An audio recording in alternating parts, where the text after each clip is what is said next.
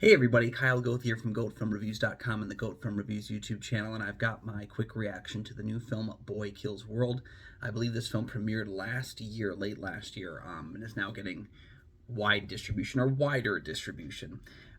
This is one that passed under the radar. I think I'd heard the title before, and I knew that Bill Skarsgård had an upcoming action film that he was fronting. But outside of that, I didn't really know about the style of the film, anything specific, until about 2 weeks ago when I saw the trailer at another film, and it really took me by surprise because I thought the style was really interesting. So I had a lot of shoot 'em up feelings during this movie.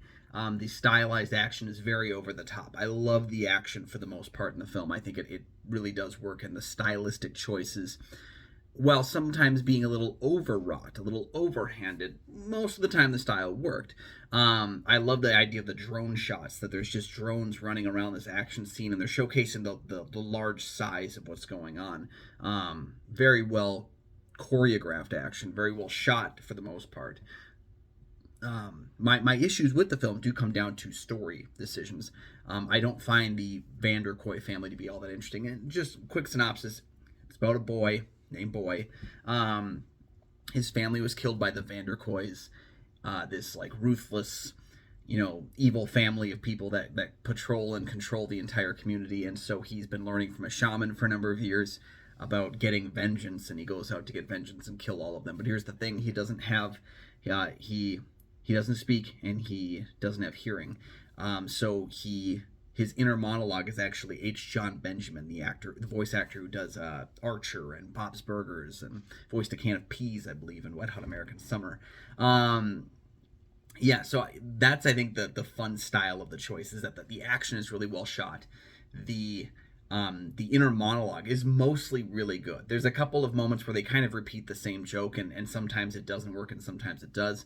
But the way in which it's used is, for the most part, pretty solid. I think the symbiosis between Bill Skarsgård and H. John Benjamin works really well. Actually, there's a specific scene where he discovers macarons, and he decides to eat a bunch of them. And the way the face is working matches the way H. John Benjamin's voice is working in the scene. Really cleverly well done. I didn't even think for a second about the two of them not being the same person in real life.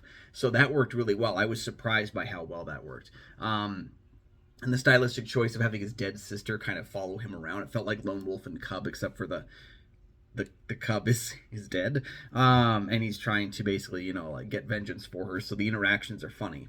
Let's see what else is there. The way in which he interprets the world around him by not being able to hear, but also choosing not to ask for additional information, leads to some funny things with Isaiah Mustafa, who's an actor that was actually in It Chapter 2 with Skarsgård.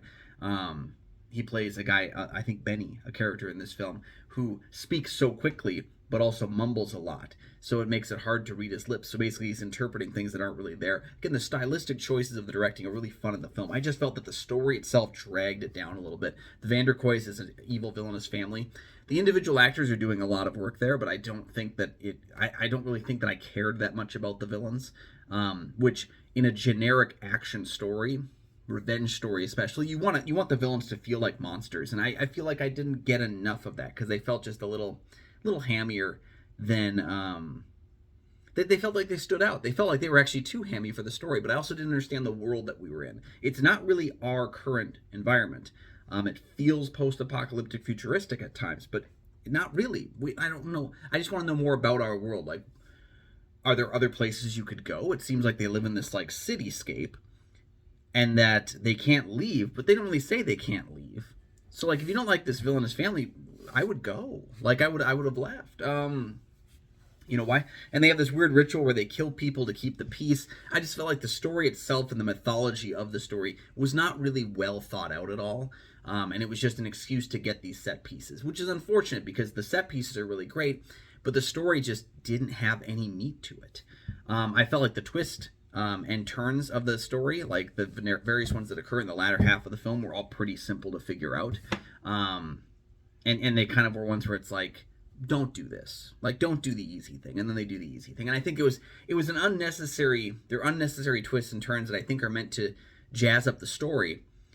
That's not really necessary in terms of storytelling. I feel like just jazzing up the world and the characters as opposed to the actual narrative thrust of the film. I don't think we need anything too crazy with the action story that's being told here. And they try some things that just don't work. So it would have been better used if they spent their time on the characters and on the world instead of on twists and turns and trying to shock us, because you shock us with the action. Also, the final like boss villain fight, if you will, I didn't think was necessary. It felt like Abigail, where it turned into a bunch of characters just throwing each other against walls, and it just didn't have any narrative thrust to me. I didn't feel like it was necessary, but also it wasn't an exciting fight, which I felt like seeing the people in the final fight, you'd think, okay, this is going to be really exciting, and it wasn't so much. So, but I will say overall, I enjoyed the movie. I had a lot of fun with the movie. There are some problems with it. There are some first-time filmmaker issues in terms of executing a solid story with interesting characters, but the action itself works pretty well and isn't really that big of a problem. The action is really fun. The H. John Benjamin, Bill Skarsgård of it all is really quirky and weird and actually really works. And yeah, there's just some issues with the finale and kind of how it's all pulled together. But if you wanted to do a follow-up, I don't know this film needs one, but if you wanted to do one, I think you'd have a good launching off point for it. Or at the very least, I would like to see this director try something else, hopefully learn from the mistakes of this film, but still, give us some of that really great action. I think he was a former stunt person.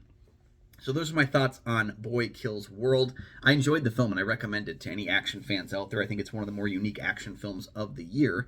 And for those of you that were maybe upset that Civil War wasn't as much of an action film, this could be your chance. You get something out of this one. I think it might be the better of the action, like the action-centric films of the year so far. So go ahead and check it out. Leave your comments down below when you've done that as well. Also, you can like and subscribe. There are 2 free things you can do that help support the channel immensely, and you never miss new episodes of the show as they drop. You can also check out goatfilmreviews.com for my many written reviews. You can find Goat Film Reviews on Facebook. You can follow me personally at Almighty Goatman on Twitter, Instagram, Letterboxd, and Threads. And you can check out my show, Kyle and Nick on Film, that I co-host with Nick Plotchuk from the St. Paul Filmcast.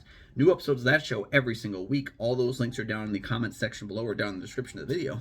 And we'll see you guys next time. Bye-bye.